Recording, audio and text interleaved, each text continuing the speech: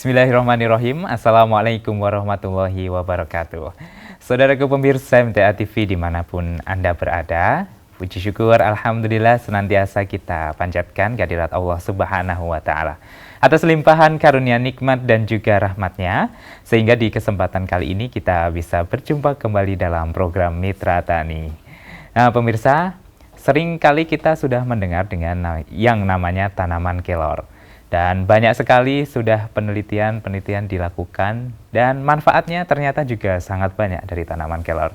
Dan hari ini kita akan perbincangkan dengan narasumber kita yaitu Bapak Haryanto Sarjana Pertanian. Langsung saja kita sapa. Assalamualaikum warahmatullahi wabarakatuh. Waalaikumsalam warahmatullahi wabarakatuh. Kabar baik dan sehat hari ini Pak Har? Alhamdulillah kabar baik. Alhamdulillah saya hari ini juga sehat Pak Har. Amin. Ya hari ini semoga para pemirsa juga dalam keadaan sehat, dalam keadaan baik, sehingga dalam menjalankan aktivitasnya semoga bisa lancar. Dan di kesempatan kali ini kita berikan waktunya untuk para pemirsa yang akan bertanya. Silahkan menghubungi kami di nomor telepon 0271 679 3000 atau di line SMS dan WA di 0811255 3000. Baik Pak Har, hari ini kita akan memperbincangkan terkait dengan tanaman kelor gitu ya. Yeah. Sudah banyak orang yang mengatakan manfaat kelor, khasiat dari tanaman kelor itu ya. Namun tidak ada salahnya kita coba perbincangkan lagi terkait dengan hal tersebut, utamanya cara membudidayakan tanaman kelor itu Pak Har. Ya. Namun sebelum itu, apakah benar ya Pak? Manfaat itu dari tanaman kelor ini sangat banyak dan khasiatnya seperti apa itu Pak Har? Ya, tanaman kelor ini sekarang mulai rame-rame dibudidayakan. Karena apa? Setelah tahu daripada keampuhan dan manfaat daripada daun kelor itu sendiri, sehingga tanaman daun kelor ini dibudidayakan secara besar-besaran untuk khususnya di Indonesia. Ini di Jawa itu sudah luar biasa untuk penanaman di tanaman daun kelor ini. Kalau asal muasalnya dari tanaman kelor itu dari mana itu Pak Har? Tanaman kelor itu asli dari Indonesia. Oh, asli Indonesia gitu ya. Indonesia. Ternyata tanaman khas Indonesia itu ya. Dan manfaatnya apa saja ini Pak Har? Dari manfaatnya itu banyak sekali sebetulnya. Hanya aja kita yang poin-poin yang memang itu besar-besar sekali yang bermanfaat. Itu yang pertama adalah daun kelor itu bisa melawan radikal bebas di dalam tubuh kita. Jadi setiap ada penyakit yang ada di dalam, ini karena penyakit serius yang ada di sana itu ada jantung, ada kanker, ada diabetes. Lah, dari daun kelor ini bisa melawan daripada penyakit-penyakit yang ada di dalam tubuh kita. Kalau toh sudah ada, ini bisa menyembuhkan daripada penyakit-penyakit yang ada di dalam tubuh kita, terutama adalah jantung, kanker, terus diabetes itu bisa langsung bisa lama-kelamaan dengan memakan ataupun meminum ataupun menyeduh daripada daun kelor ini kita akan lebih sehat lagi. Terus yang lain bahwa daun kelor ternyata bisa menurunkan kadar gula darah, yang artinya dengan memakan ataupun dengan menyeduh daripada daun kelor ini, dalam penelitian dengan 1,5 sendok makan itu mampu menurunkan gula darah sampai 13,5% yang ada di dalam tubuh kita. Maka dari ini cocok sekali bahwa bagi pemirsa, bagi mitra tani yang mempunyai sakit diabetes, ini bisa mengkonsumsi dengan adanya daun kelor ini. Dan sekarang itu banyak sekali di luar sana, daun kelor itu bisa dijadikan teh, bisa di dalam kemas kapsul ataupun langsung kita makan dengan cara kita sayur. Itu sangat enak sekali juga. Seperti yang ada di gambar ini salah satu bentuk olahnya ya Pak. Iya, betul. Sudah dijadikan serbuk dan memang banyak sekali produknya yang sekarang sudah dibuat gitu. Betul. Termasuk juga teh kalau tidak salah itu ya, teh daun kelor. Dan sebenarnya kalau mudahnya itu sebenarnya di sayur saja daun kelor ini enak ya Pak Har. Pasti enak, dan kalau kita sudah sering sayur bayam, yaitu sama juga dengan kita menyayur bayam dengan adanya daun kelor, kita kasih bumbu, bawang, brambang, masukkan di situ, kasih garam, sudah enak sekali. Tambah lagi nanti sambal tomatnya jangan lupa. Siang-siang di iming-iming makanan ini lapar ya Pak. Ya, kalau memang dari daun kelor ini memiliki banyak khasiat, tentu sebagai tanaman khas Indonesia wajib kiranya untuk membudidayakan ini ya Pak Har ya.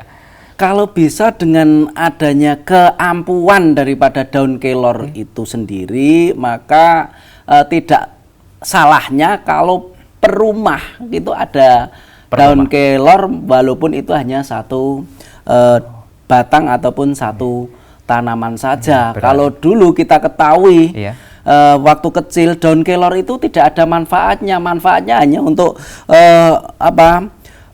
memandikan orang yang mati saja. Pada saat itu ya. Iya. Karena belum ada penelitian lebih belum lanjut. ada penelitian lebih lanjut, karena kita sudah tahu manfaatnya begitu besar sekali, maka pengembangan daun kelor ini harus dikembangkan secara besar. Ya. Berarti ini jatuhnya nanti bisa ke empon-empon ya, pengobatan rumah ya bisa pengobatan ya Pak? rumah. Iya gitu. baik, ini pemirsa harusnya semakin tertarik. Namun ada hal yang perlu dipertimbangkan juga Pak dalam menanam sesuatu kan ya. Kita harus mempersiapkan lahannya, terus segala sesuatunya.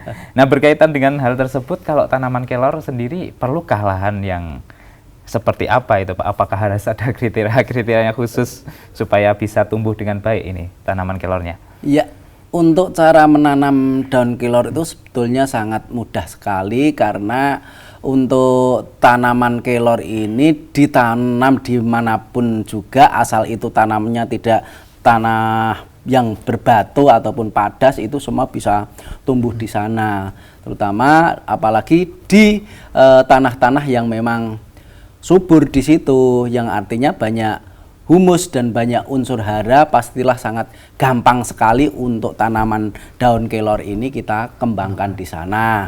Baik itu secara lahan yang besar, ataupun kalau kita tidak punya lahan, kita pakai pot ataupun polybed, itu juga bisa dimanfaatkan untuk konsumsi perumahan sehari-hari. Pakai pot ini bisa ya Pak? Bisa, sangat bisa sekali. Karena kan kalau tidak salah ini tanaman daun kelor ini bisa tumbuh sampai 7 meter kalau tidak salah. Betul. Apakah nanti kalau dengan di pot itu bisa maksimal untuk hasilnya Pak?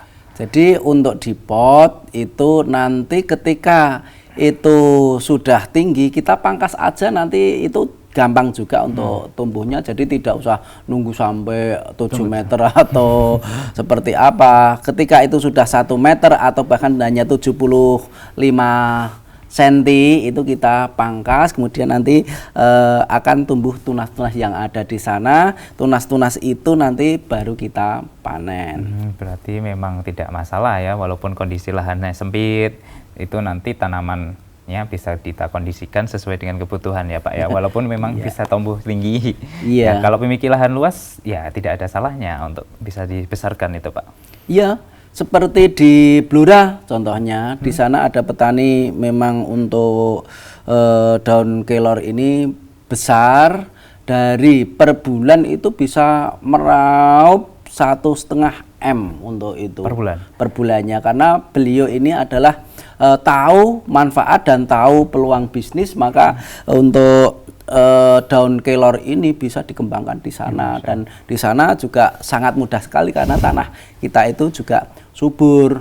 Di NTT juga di sana ada pengembangan yang memang cukup besar sekali untuk memanfaatkan daun kelor ini. Dan juga tidak hanya di daunnya loh, itu di buahnya juga bisa dimanfaatkan untuk kesehatan dalam tubuh kita. Berarti bukan hanya daunnya, ya kan terkenal ini daun kelornya Pak, tapi bahan-bahan lain juga bisa dimanfaatkan. Iya, kenapa dikatakan itu tanaman kelor, orang menyebut daun kelor?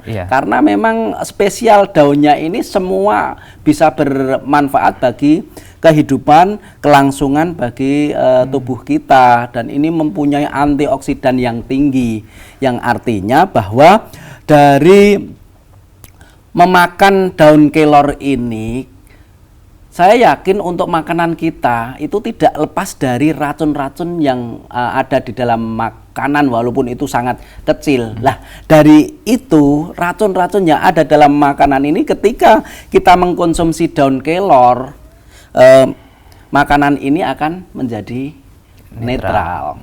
Ya, walaupun tanaman kelor ini apa ya Pak ya, daunnya kecil tapi manfaatnya besar. Betul. Karena memang tadi disebutkan oleh Pak Har, masyarakat kita itu sekarang kan belum bisa 100% ke organik, banyak penggunaan pestisida juga. Dengan adanya tanaman kelor bisa menetralisir itu Pak. Betul, betul bisa menetralisir. Dari lain itu bahwa daun kelor ini juga bisa bermanfaat untuk mengobati anemia. Anemia. Ya, anemia yang kalau kita pemirsa ataupun juga rekan-rekan mitra tani yang punya penyakit anemia itu bisa dicegah dengan kita memakan daripada daun kelor ini karena apa?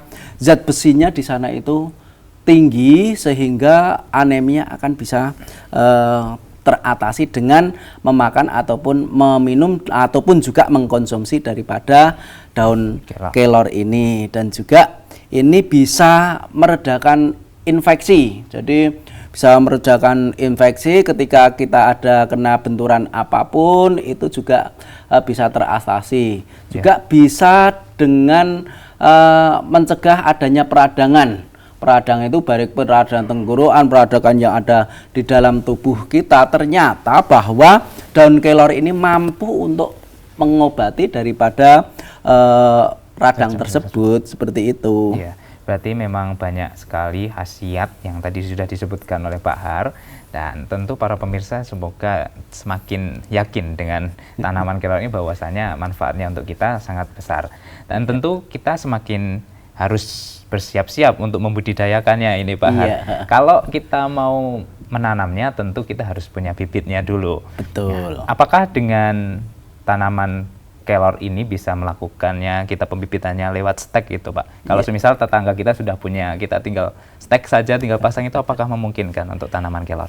Ya, untuk tanaman kelor sebetulnya di dalam pembudidayaannya itu kan ada dua, secara generatif dan secara vegetatif. Secara generatif itu dengan menggunakan biji yang ada di buahnya itu nanti kita ambil yang bagus, kemudian kita kering anginkan di matahari ya, di matahari kurang lebih paling minimal itu 5 jam. Kemudian setelah itu kita ambil, kita taruh di tempat yang sejuk, baik kapan kita akan menanam baru kita nanti kita tanam, baik itu langsung ke lahan ataupun di polybag. Kalau di polybag nanti akan lebih teliti lagi, karena apa?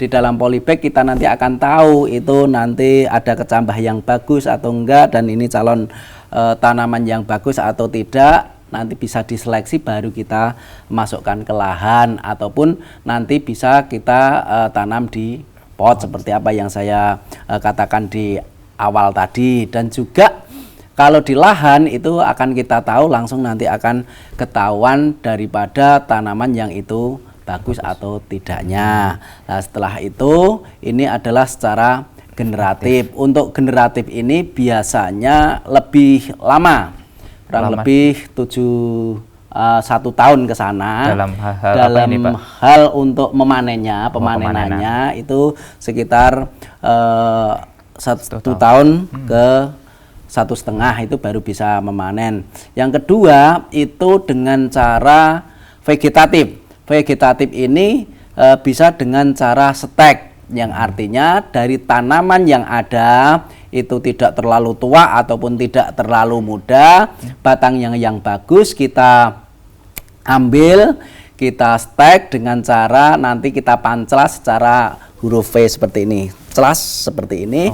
Nah, dari itu kurang lebih antara 50 sampai 75 cm baru kita masukkan ke dalam tanah sehingga nanti dari dalamnya itu akan keluar akar yang ini nanti akan membuat tanaman ini menjadi hidup sangat gampang sekali, tidak usah okulasi atau yang lain, dengan stek saja untuk tanaman kelor ini bisa hidup dan mudah untuk merawatnya, dan insya Allah mulai 7 bulan itu kita sudah bisa panen daunnya. Masya Allah, berarti memang mudah ya Pak Har ya. Ada 2 cara, generatif dan vegetatif tadi. Kalau kita mau menggunakan yang generatif kan tentu pakai bijinya tadi. Betul. Ya Pak Har ya. Nah, kita tahunya biji yang nanti baik itu sebelum ditanam itu apakah bisa kita cek dulu, kontrol dulu sebelum nantinya kita tanam? Walaupun di situ nanti kita juga bisa cek hasilnya seperti apa itu Pak Har. Bisa sekali, karena untuk mengetahui daripada biji daun kelor ini pastinya nanti akan kelihatan yang mana yang bagus atau yang tidak. Kalau ketika kita sudah buat benih, itu setelah kita kering anginkan akan kita masukkan dalam polybag. Paling tidak kita harus kita rendam dulu pakai air hangat kurang lebih setengah jam. Di situ pasti nanti ada yang kambang-kambang, ada yang terendam seperti itulah. Ini nanti yang bagus tentunya yang nanti akan masuk ke dalam. Ya, kalau semisal dari bijinya itu ada penyakit, apakah juga kita bisa ceknya untuk supaya tanaman yang kita tanam nanti tentu kualitasnya yang terbaik itu Pak? Iya, jadi nanti akan kelihatan ya yang kena penyakit dari awal pun. Nanti kalau yang kena penyakit biasanya dari putih itu ada titik-titik merah, kecoklatan dan hitam lah. Itu nanti itu tanda-tanda bahwa ini kena jamur ataupun virus, yang itu nanti akan kita singkirkan dulu dan kita pakai yang nanti yang tentunya yang mengkilap, yang sudah agak putih tapi kekuning-kuningan, itu baru kita nanti bisa memasukkan benih ini dijadikan menjadi bibit. Oke, berarti gitu ya para pemirsa, nanti kalau mau menanam secara vegetatif tentu cari bibit yang terbaik, dan tipsnya tadi sudah disampaikan oleh Pak Har. Kalau cara yang vegetatif tadi generatif, yang ini vegetatif itu kan Pak, cara satunya pakai stek Pak. Yeah. Karena mungkin para pemirsa pengen sesuatu yang cepat, caranya kan stek gitu ya. Tentu apakah ada kerugian di sisi lain atau mungkin sisi kelemahan lah gitu dengan cara stek ini? Untuk stek, kalau kelebihan banyak ya, karena cepat, daunnya cepat, terus besarnya juga cepat, terus rantingnya juga cepat, banyak seperti itu. Untuk kekurangannya ini mungkin hanya kurang kokoh dibanding dengan generatif, hanya itu aja. Tentang hama penyakit, saya kira untuk daun kelor ini tidak begitu banyak hama, hanya mungkin penyakit bisa menyerang di sana kalau kita ini tidak hati-hati ataupun waspada. Karena kan salah satu semacam yang beredaran di luar, kalau pakai stek itu mudah terserang penyakit itu Pak, mudah terkena hama seperti itu. Sebenarnya itu nanti bisa dikendalikan ya. Bisa dikendalikan asal yang pertama penyetekannya itu benar. Yang artinya yang benar itu ketika kita sudah melukai daripada tanaman, tentunya jangan langsung dibiarkan, itu nanti langsung kita kasih fungisida ataupun anti jamur yang ada di sana agar luka itu tidak masuk menjadi sarang penyakit. Jadi nanti akan terlapisi sehingga penyakit itu tidak gampang menyerang ke daun kelor ataupun tanaman daun kelor tersebut. Itu ya, semoga pakai fungisida bisa untuk mencegah terjadinya jamur dan lain sebagainya. Baik, kita rehat sejenak Pak Har, silahkan untuk diminum dulu sebelum kita lanjutkan di sesi kedua. Dan kami sampaikan untuk para pemirsa yang akan bertanya, silahkan menghubungi kami di nomor telepon 0271 679 3000 atau di line SMS dan WA di 0811 255 3000. Namun pastikan para pemirsa tetap bersama kami dalam program Mitra Tani.